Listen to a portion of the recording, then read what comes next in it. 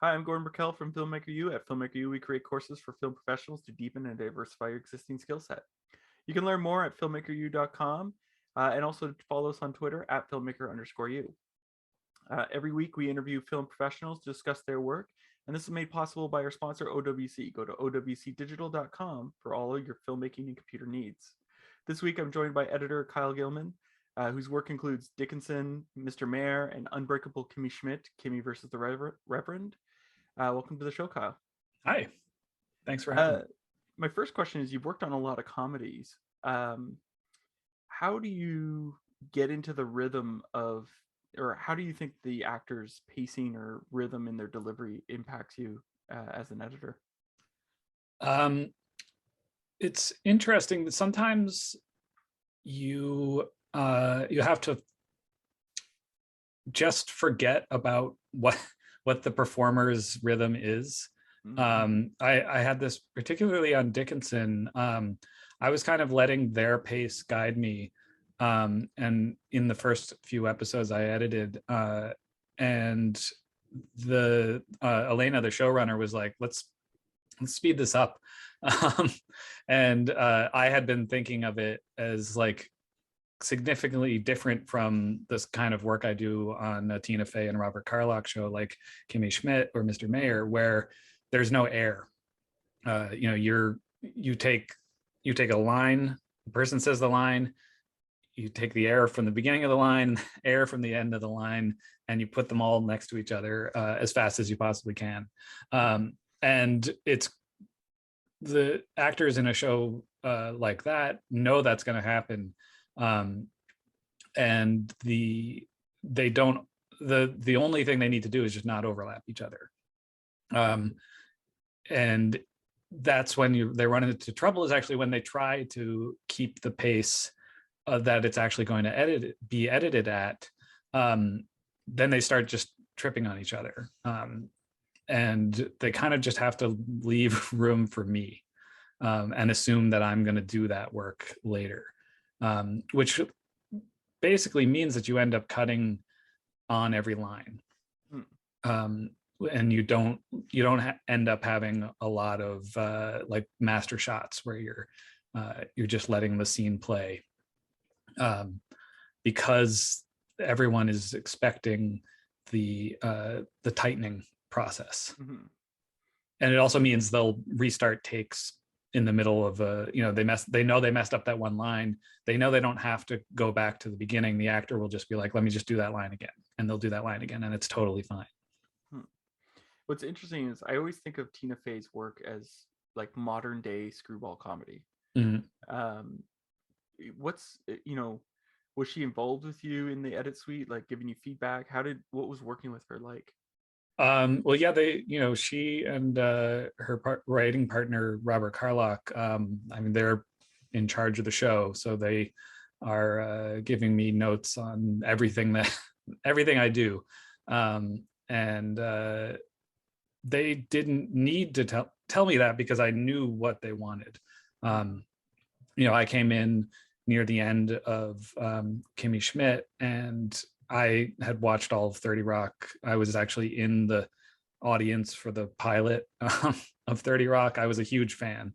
Yeah. And I was just an unpaid extra at that time. And I knew what they needed.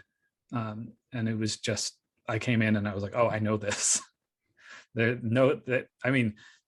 still end up giving me a lot of feedback on like very specific things on like how they want a particular joke to be delivered, or trying a different take that's a little bit faster, and just making sure that the intention is as clear as it possibly can be. Now, one of the things with Dickinson, you know, if I had gotten that footage, I'd be like, oh, it's an old timey like, show. We'll cut it, but it's very much breaking the mold, I guess you could say, in terms of Yes. like actors not playing. I guess I don't even know how to say it. Like not playing historically accurate. So how did that impact your editing? Like, did you have to change things up or change Yeah, things? I think that the actors are much more playing it like they're in a drama, that they are in a very serious show, where very funny things sometimes happen. And I think that's different from a straight ahead comedy, but it's just slightly slower paced, I would say, because what Elena is looking for is so very specific and unusual. I feel like it was hard for anybody, the actors, the directors, the even the ones who were there for all 3 seasons. It was really hard to know without seeing it and seeing it really clearly, what was right. And Elena just understood it so well, on what the tone should be and what the pace should be, that she really just guided everything really closely. And without that kind of specificity in what you're doing, like it could have been a mess, like just tonally it's all over the place. Like, I mean, one scene is incredibly sad, and then the next scene is somebody falls in a hole and they get stuck there all day, and like it's just it's really well directed from the top. Interesting. Now, you've done pilots for various shows. What are some of the challenges you find when you're creating or working on a pilot? I haven't found them to be that difficult. I think, really it's a lot like working on a movie where you're, every time you make a movie, you're starting from scratch. You have to introduce the characters from scratch, like the story, nobody knows what it is. And you have to let the audience know very quickly. So you're basically just making a short film, which is what most people start out doing, is short films. And I haven't really edited that many pilots, so I don't know if I have that much experience to give on that. Like I edited the pilot of Mr. Mayor, knowing that I had read several of the scripts that were coming next, and just knowing what the show was going to be like, and knowing what Tina and Robert like. That was probably one of the easiest first episodes of a show that I've edited, just because everyone knew what they wanted. Well, you also worked on the pilot of Comedians in Cars, if I'm not mistaken. Yes. So was that show's format already established and firmly structured in No, that one was we found that over a few weeks. Like the basic structure was there, that they would shoot while they were driving and then shoot while they were having coffee. But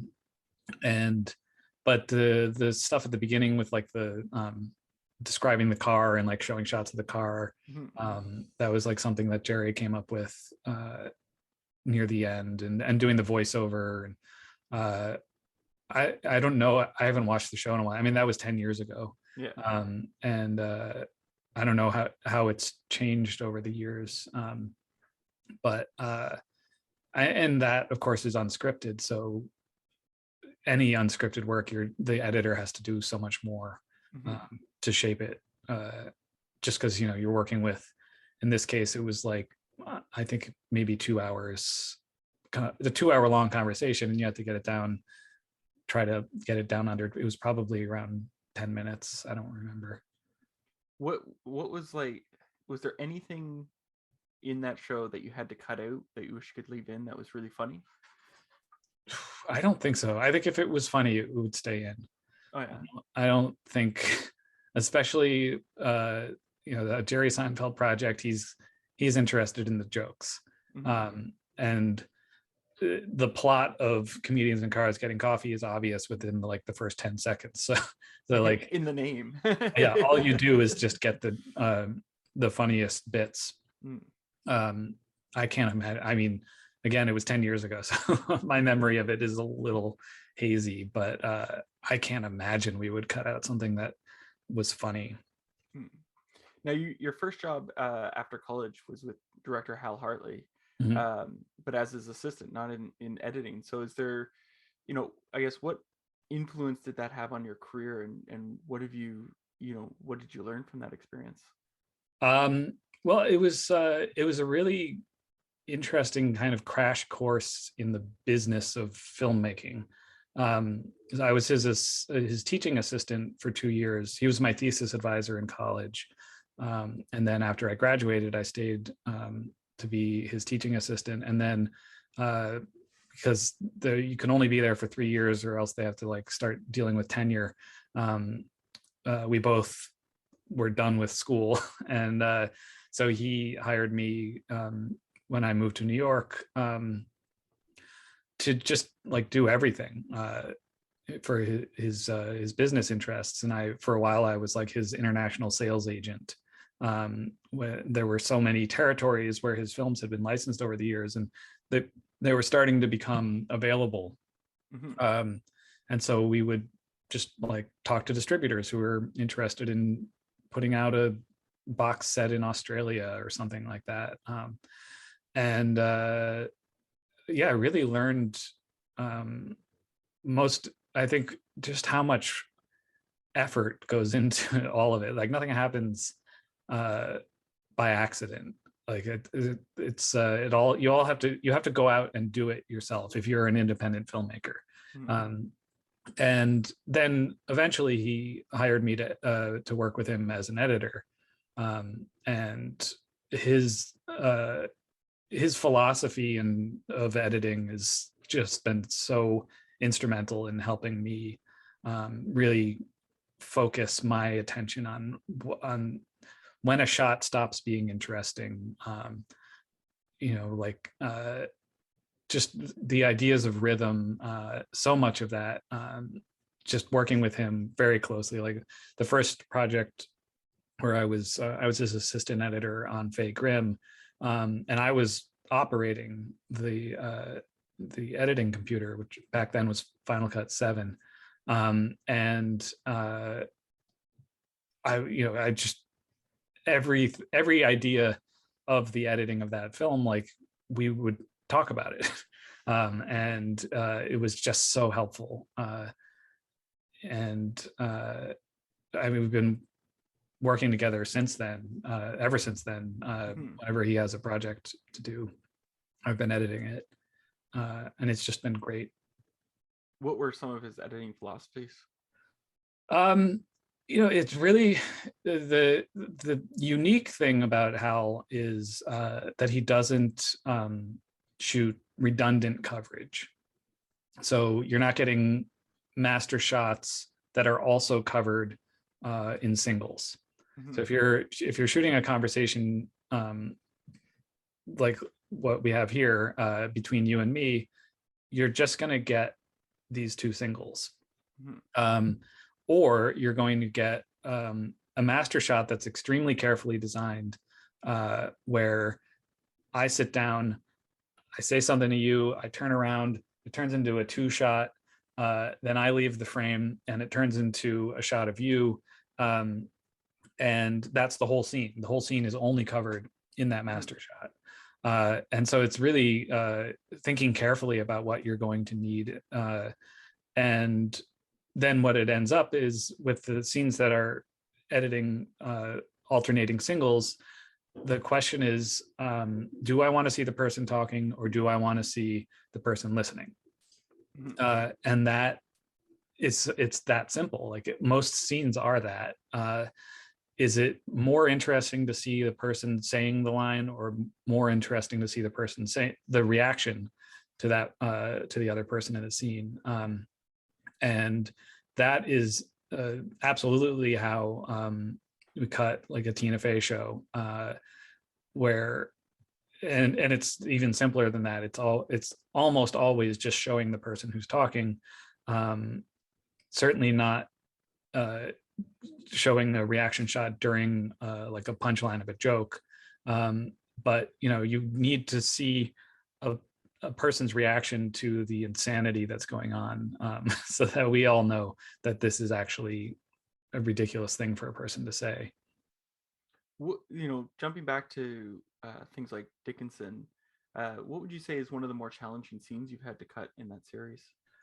Well, it hasn't come out yet, but in the 8th episode of the 3rd season, there is this just, I don't know how many minutes it is, but it's several minutes. That's basically like I described it as a music video for a poem, and it just combines all of the elements of the 3rd season into one. And there's a huge music element, there's like a battle, and there's how Emily interacts with that battle, and I got a lot of it. They shot the all of the Civil War material for the 3rd season. They shot in a couple of weeks at the beginning of production for the whole season, and so I got all that stuff, and I saw it, and I was like, I'm going to be editing this for months. It's going to take me.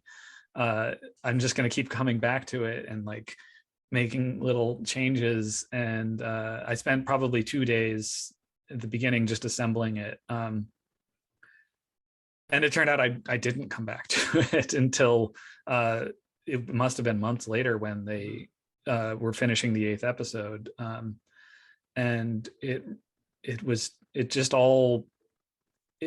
needed very careful attention once I had all of the elements, but it again was so well conceived that it was clear to me what image needed to be at what point, and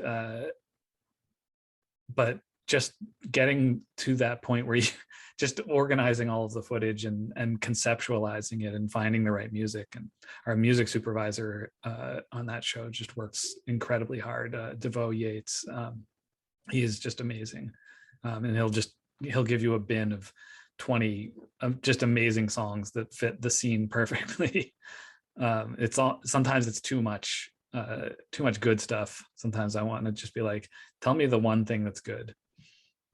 What were you a fan of Emily Dickinson before the show, or? No, not really. I didn't know very much about her. I grew up very near to Amherst, and that's where I would go see movies. And I would drive by her house all the time, and I knew that Emily Dickinson's house was in Amherst, but I didn't actually connect it with that particular fancy house on Main Street.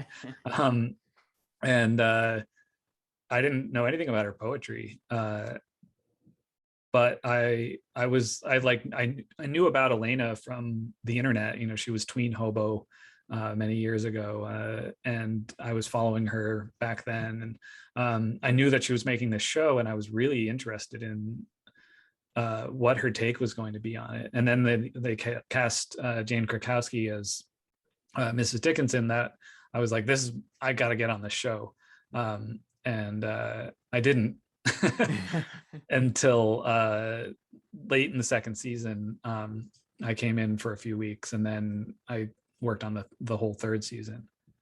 Wow. Now you also did the animated series Mulligan. Yes, I was a dialogue editor. So what were some of the challenges of that for building up everything about it? I think it's my first and last animated project. I've never wanted to be an audio editor, but it just like it kind of made sense. Like, it was during the pandemic, and there wasn't any production going on, and they were able to do all these individual recordings of the cast, and I hadn't used Pro Tools in like 15 years, and so I had to learn all that again, and I had to learn the process of breaking down all the takes, and it's incredibly labor intensive. And there was nothing to look at, because I was making the first step of the animation process, and they call it like a radio play. And so I'm just building up, making select takes, making a whole episode without any images at all. And then they used that to start making the animatics. And then there were other editors who knew more about animation who were doing the animatic editing and the final color editing. And they're still working on it. It's more than a year later. It's just like, that's the pace of animation. Yeah. And I just don't have the patience for it. Now, I have one last question that I like to ask everyone I interview. We've been stuck in the pandemic for a little over a year now. And basically, a lot of people have turned to streaming services for entertainment when they got locked in. Is there a show or a movie you've discovered that you think people should check out if they get quarantined again? I would not say that my viewing habits changed at all during the pandemic, just because I always am watching a few hours of television every night. I think, I